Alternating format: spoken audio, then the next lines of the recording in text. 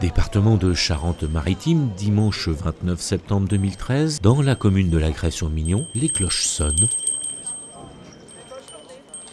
Rendez-vous est donné au pied d'un drôle de clocher. Venu des régions Pays de la Loire et Poitou-Charentes, une meute de plus de 9000 personnes va faire le déplacement. Entre amis ou en famille, des éco-citoyens qui viennent ici s'informer, partager et causer ensemble de projets de développement alternatifs. C'est la 7e édition de cette traditionnelle fête du parc qui, chaque année, migre vers une nouvelle commune. La briqueterie de la Grève-sur-Mignon, un joyau de l'architecture industrielle du Marais Poitevin, qui, après un demi-siècle d'abandon, vient de retrouver un nouveau souffle. Exactement, malaxeur. Zen, avec les baladines de la compagnie à demi-mot, la découverte des animations et des stands se fait avec malice et délice. Parce qu'ils sont pas de là.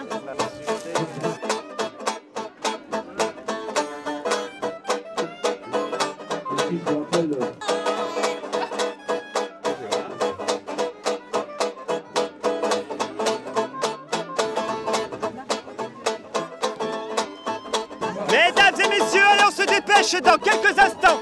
L'incroyable monsieur Tumouche. Oui, regarde, ça y est, ça fonctionne.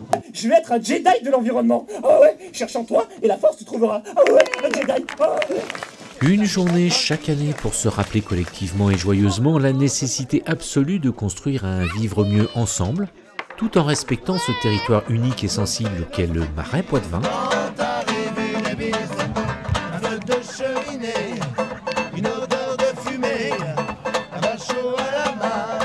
Et puis rien de tel que d'explorer et d'exposer le passé pour mieux imaginer l'avenir.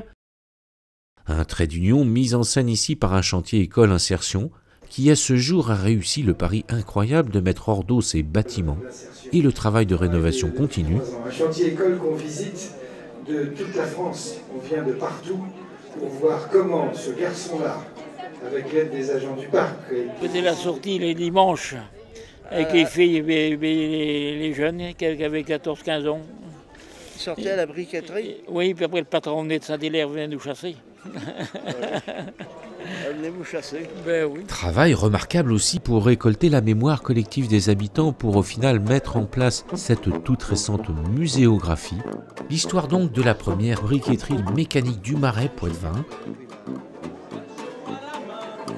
Le brie, c'était la terre récoltée et travaillée ici. Petit appel pour ceux qui veulent visiter les trous de brie. Et du brie à la brique en passant par le four, c'est l'histoire d'un circuit court pour au final des produits nobles, durables et biodégradables. Histoire de la vie de plus d'un siècle d'un poumon économique local. Rien de plus naturel dans un tel contexte, cette année la fête du parc s'est associée au premier rendez-vous de l'éco-habitat du Marais Poitevin. Donc globalement, durant cette journée, il aura été question entre autres d'éco-habitat, d'écosystème, d'écotourisme, d'éco-citoyens, de bioclimatique, de biomasse, de pique-nique et de repas bio. 100% bio, 100% local, on est en Poitou-Charentes.